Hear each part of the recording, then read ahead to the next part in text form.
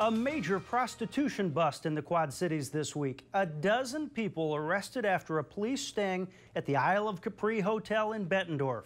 6 painful months of searching for a killer. Finally, answers for the family of Emilio Perez. We see her winning smile, but the truth is her life itself was once a gamble, and the odds were not pretty.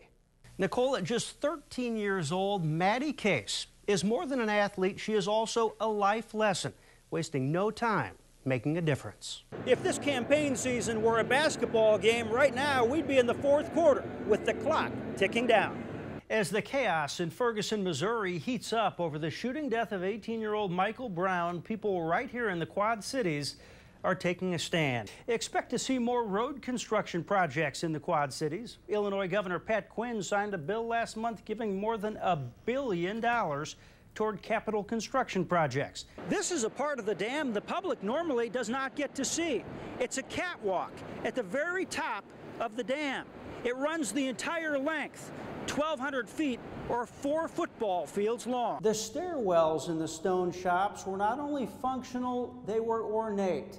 And the cast iron used on these stairwells was made from melted down mule shoes, horseshoes, and cannonballs left over from the Civil War. 4 consecutive life sentences. That is the verdict for Nick Sheely for killing 4 people in a Rock Falls apartment in 2008, including 3 adults and a 2-year-old boy. An Illinois state conservation officer involved in a shooting late last year was justified in using deadly force. Police say Steve Francisco and an Illinois.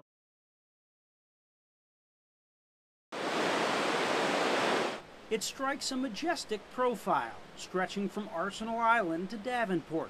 But it's more than just a pretty face.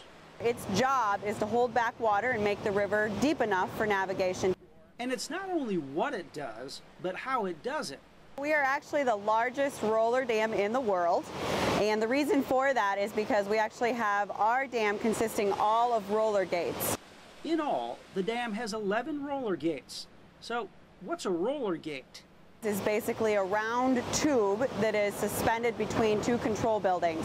This is a part of the dam the public normally does not get to see. It's a catwalk at the very top of the dam. It runs the entire length, 1,200 feet or 4 football fields long. Completed in 1934, it's a sight to behold, but only from a safe distance.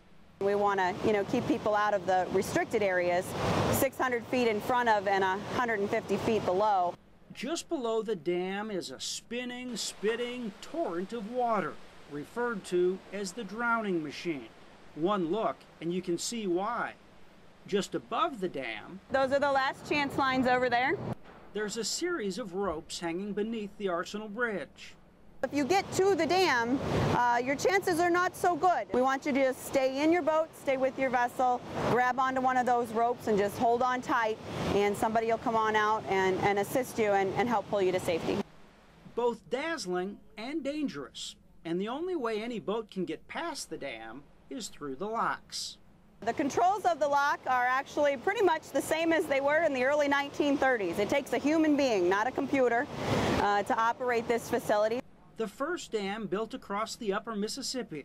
Historic, effective, and best handled with a healthy dose of respect. At just 4'10", North Scott runner Maddie Case proves it's not the size of the dog in the fight. I won state in the 7th grade. It's the size of the fight in the dog, winning state her first year in cross country. When I'm running, it's like kind of game plans going through my head. Who's in front of me, who's behind me. In 8th grade, more success, finishing 2nd in Iowa. If I'm not doing sports, I'm probably studying or reading. A straight A student, Maddie runs for a reason. I just run because my mom can't. Those are big words. With major meaning. You see, Maddie's mother, Tara, was an athlete too, a tennis player, until she was 16. We're in practices, we're running, and I'm falling a lot. Get up, fall, get up, fall. Only a sophomore in high school, Maddie's mother was in the hospital with cancer. I'd be in for a week, out for a week or 2, depending on my blood counts. back in for a week. And no guarantees. The actual surgery, when I went in, I didn't know if I would come out with a leg. They didn't know until they cut into it, whether or not it was able to save. They put metal rods in her leg and replaced her knee, but she would never play sports again. And they told her due to chemo, the chance of kids was not good. But at age 22 and still in college, Tara and TJ, her husband and high school sweetheart, defied the odds. Come back from the honeymoon and find out that I'm expecting Madison. They went on to have 2 more kids. Fast forward to a year ago. Maddie's invited to join the fundraising race team, Live Uncommon. I chose Make-A-Wish because my mom was like a wish kid, and so when she had cancer, she got to pick a wish that she wanted. Ever since, Maddie's been raising money to make another child's wish come true. I run because I can.